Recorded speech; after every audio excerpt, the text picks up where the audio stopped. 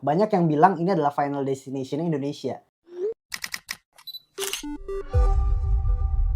Selamat malam semuanya, balik lagi di Sinema Tengah Malam masih bareng gue Bimo. Dan gue Faris. Hari ini kita akan membahas film yang manusia akan memiliki gelar itu semua. Pada akhirnya almarhum. Anjay, gitu kata dukunis. Oh, ada di film. Kata dukunis gitu, iya. Gelar yang akan dimiliki semua umat manusia. Bener sih. Almarhum. Ini cowok doang. Cowok doang. Kita akan bahas almarhum. Lu belum nonton ya? Belum lagi. Gue baru banget nonton hari ini. Oh, baru nonton. Kita pernah reaction trailernya. Iya kan? Dan dari trailer tidak banyak yang menceritakan sesuatu lah gitu ya. Dan trailer menurut gue untuk kita ngomongin akan panjang, gue ada nyatat beberapa poin nih gitu. Karena menurut gue ini menarik. Sebenarnya hidden gem juga untuk sebuah film yang gue underestimate di awal. Dari poster sama dari trailer gitu. Tapi pas nonton secara langsung ada positif dan negatif lah. Banyak yang bilang ini adalah Final Destination Indonesia. Karena gore. Pertama gore sama kurang lebih ngambil mitos juga. Gitu. Ini mitosnya nih nanti kita akan bahas lah. Tapi kita bahas dulu nih dari segi poster sama trailer gitu ya. Menurut gue pribadi sebelum masuk ke filmnya, dari poster sama dari trailer untuk orang yang nggak tahu ini film tentang apa, misalnya datang ke bioskop cuma pengen nonton film, gue yakin ini jadi opsi bukan jadi opsi pertama gitu. Iya, maksud gue karena harus gue akuin tuh ternyata trailer sama poster tuh sepenting itu juga gitu loh. Oke, pas kita lihat trailer juga, kita apalagi udah capek dengan horor-horor Indonesia yang banyak banget gitu ya. Apalagi dan ini almarhum, dan kita waktu reaction trailernya juga sulit gitu. Dari judul, dari trailer, nih cerita bakal tentang apa? Emang ceritanya bisa dibuat sepanjang apa gitulah. Kurang lebih. Tapi pas gue nonton filmnya, sebenarnya menarik gitu. Karena menurut gue ini ngangkat sebuah mitos. Mitosnya adalah kalau seandainya lu meninggal di Selasa Kliwon, ini banyak lah kita rata-rata general tahu itu akan ngajak orang. Dulu sempet lah di perumahan gue di sini juga ada yang tetangga meninggal di Selasa Kliwon, terus habis itu wah bahaya nih, serem nih, bakal ngajak orang dan lain sebagainya gitu. Itu menjadi tema utamanya. Tema utamanya gitu. Gue akan bahas dua sisi nih yang gue pengen tanya juga ke lu sebagai orang awam gitu. Kalau dari lu, pandangan lu pribadi untuk sebuah tema itu oke apa enggak gitu untuk diangkat ke sebuah film? Kalau dari POV gue kurang untuk menjadi sebuah tema utuh gitu. Karena Selasa Kliwon akan ngajak orang-orangnya untuk diambil dan lain sebagainya gitu. Di era yang sekarang kita nonton mungkin udah lebih banyak case yang lebih urgensinya tuh reason to believe-nya tuh nggak ada menurut gue. Tapi dia latarnya di desa gitu ya. Di desa gitu. Reason to believe-nya tuh nggak ada, dan menurut gue untuk sebuah film horor yang mengangkat tema itu besar itu, jadi kayak gue merasa kayak kurang untuk urgensi atau reason to believe-nya untuk lu percaya. Karena lu nonton film, lu tuh perlu percaya ini benar, percaya ini akan terjadi, urgensinya ada, dan lu bisa into ke dalam filmnya, terlepas dari apapun itu filmnya ceritanya bohong atau enggak gitu ya. Tapi kan lu perlu reason to believe-nya dulu gitu. Nah, reason to believe-nya itu menurut gue yang kurang kuat di sini gitu.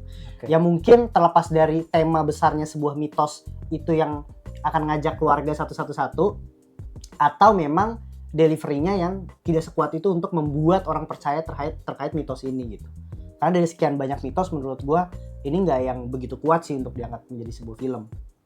Gitu. Itu satu tuh. Tapi menurut gue pribadi untuk sebuah film horor yang kita ngomongin sekarang, filmnya itu rapi dari segi penulisan menurut gue, dari awal sampai tengah. Kan biasa ya ada X1, X2, X3 gitu ya. Rapi banget tuh menurut gue. Apa sih permasalahannya film-film horor Indonesia? Pasti kita udah sama-sama tahu, apalagi lu yang sering nonton film Indonesia, dialog. Kan biasanya kadang suka kaku banget, cringe gitu ya. Terus bisanya acting, apalagi biasanya zero logiknya.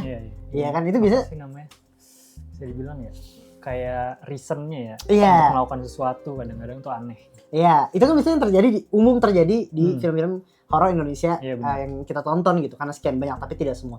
Yang ini rapi dari dialog, menurut gue harus gue puji, tidak cringe. Abis itu sebab akibatnya clear gitu ya, maksudnya sebab akibat itu kayak kenapa bisa terjadi ini, kenapa bisa terjadi itu clear gitu, dijelaskan. Jadi kita nggak kenapa nih gitu, nggak kayak gitu. Actingnya juga oke.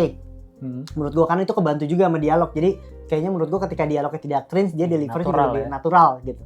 Itu clear. Dari awal sampai tengah tuh menurut gue rapi banget, susunannya tuh enak banget gitu. Dia punya karakter yang punya backgroundnya masing-masing tuh kuat gitu. Gue suka sama karakter-karakter yang ada di sini. Contoh karakter dari, jadi itu ceritanya adalah tentang bapak yang punya perkebunan gitu, perkebunan kaya lah gitu ya.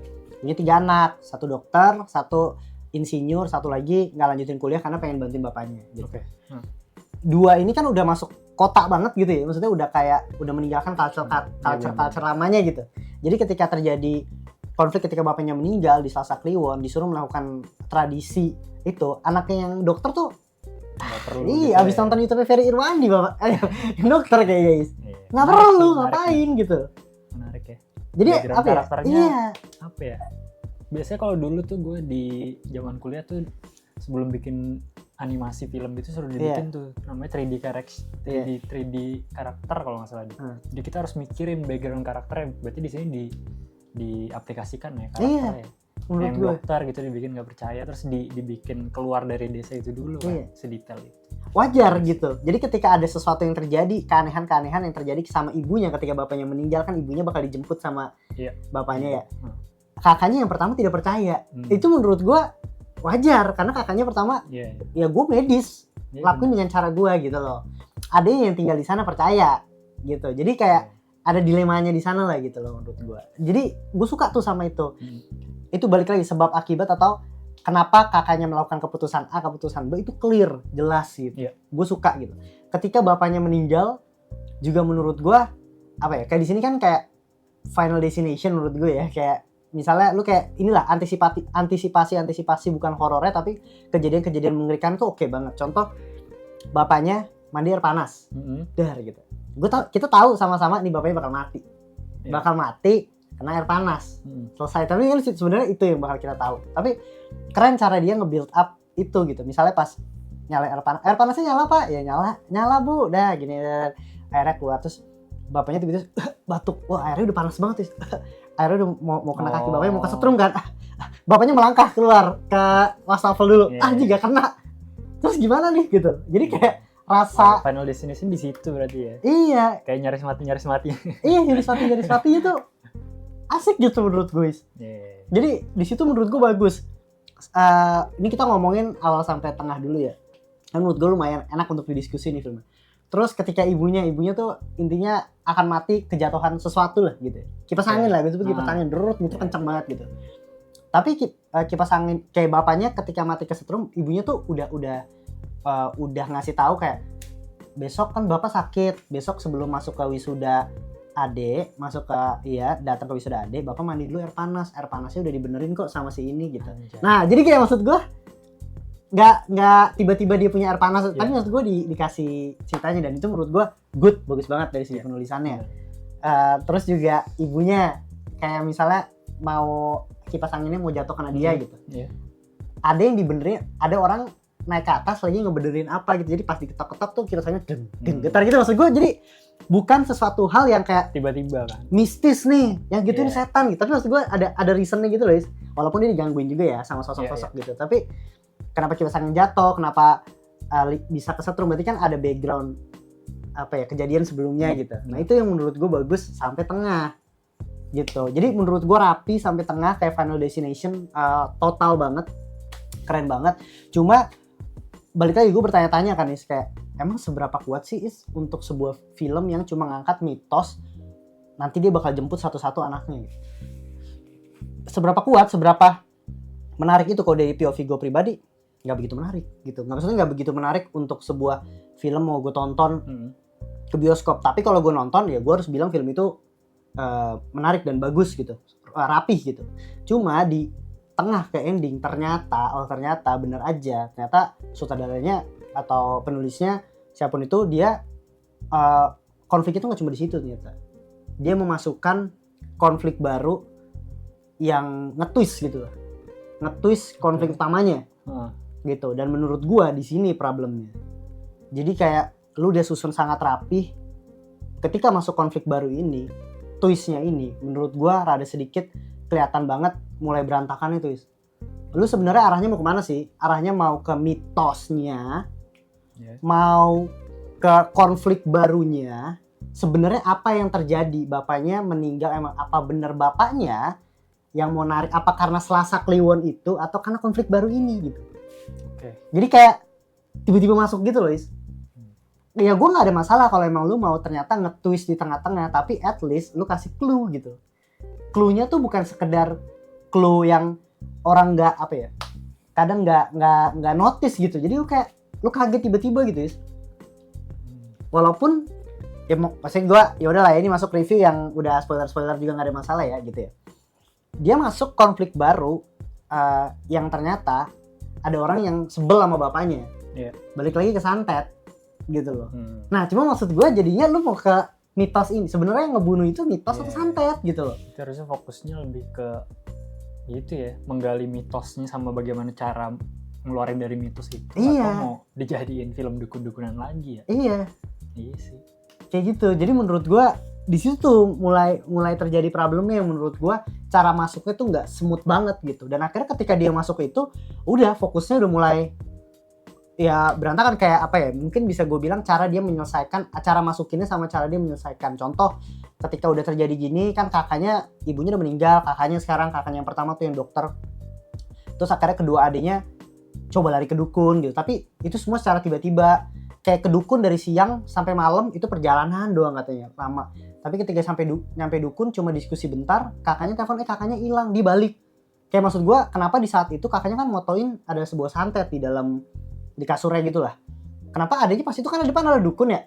Bah ini apa mbah? Gitu maksud gue loh. Kenapa dia, ayo kita harus cepet-cepet balik, kita balik. Nah maksud gue kayak gitu loh, Is. Kayak, lah berarti ada, lu mending ilangin aja yang kayak gitu loh. Jadi kayak udah mulai, bingung nih, arahnya udah mulai.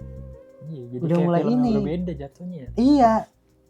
Kayak gitu, jadi masukin sebuah twist konflik baru dan twist karakter, itu yang menurut gue cukup membuat yang tadinya rapi itu jadi sedikit berantakan gitu.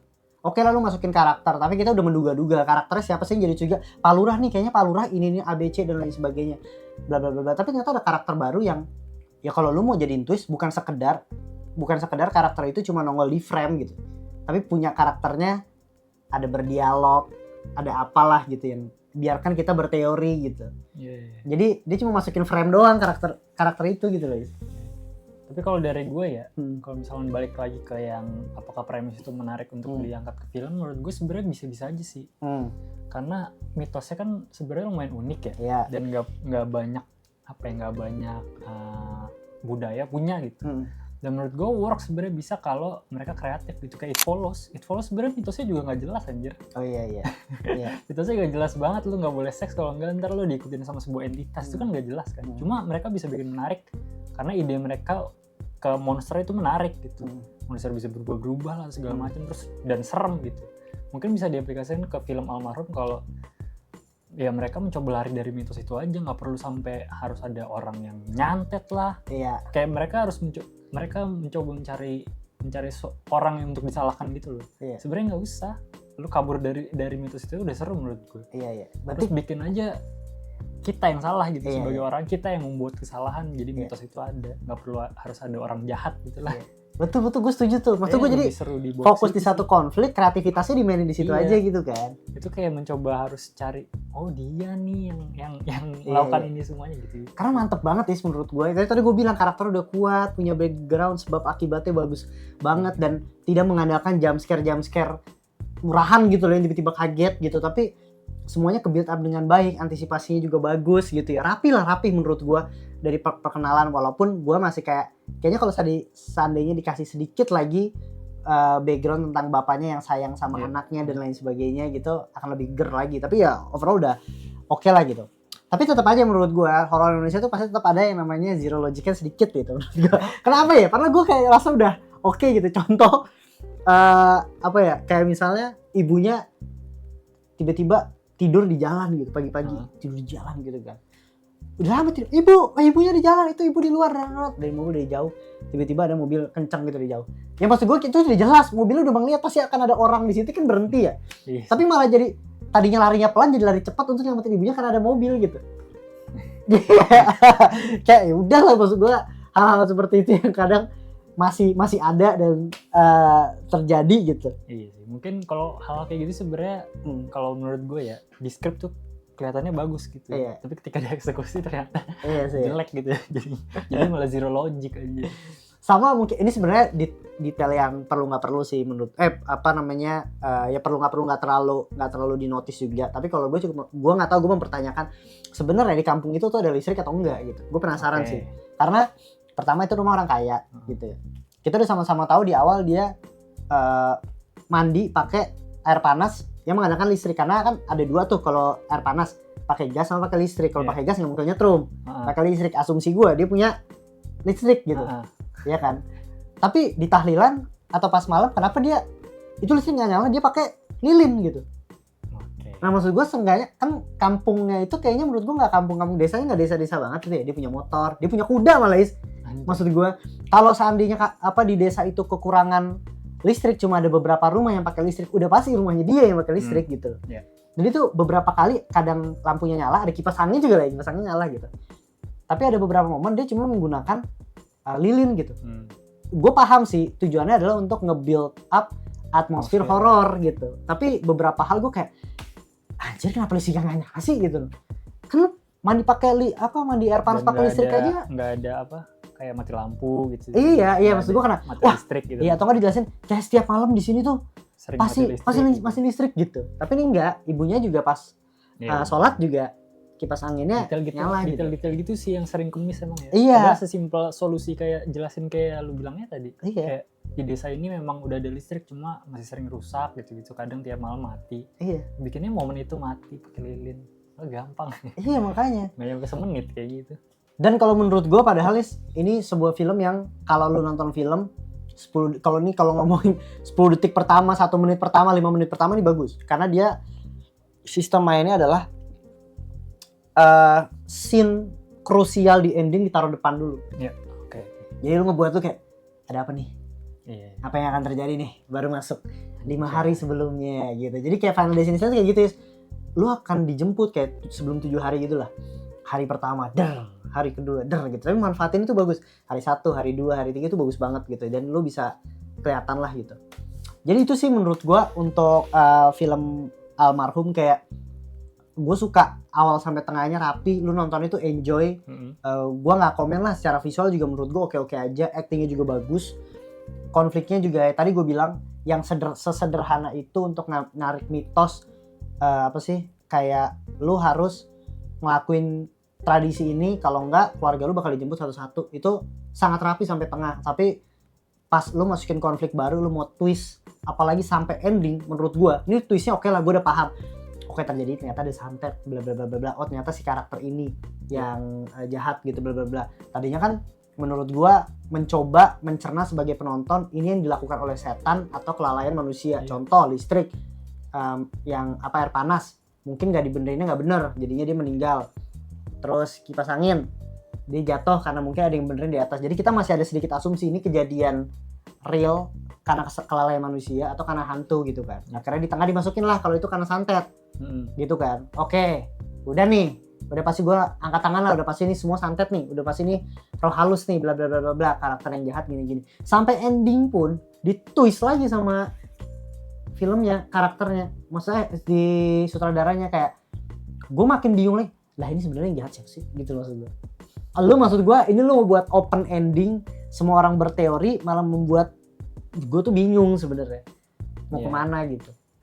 Itu sih menurut gue Almarhum lagi ya. Padahal prediksi gue pesugihan tapi tetap santet. Iya, Ferry Irwandi ya. Kayak kita semenjak kayak udah sejak Ferry Irwandi ini jadi kayak bagus, padahal ada karakter karakter kakaknya yang mewakilkan kita sebagai penonton ada di sana gitu.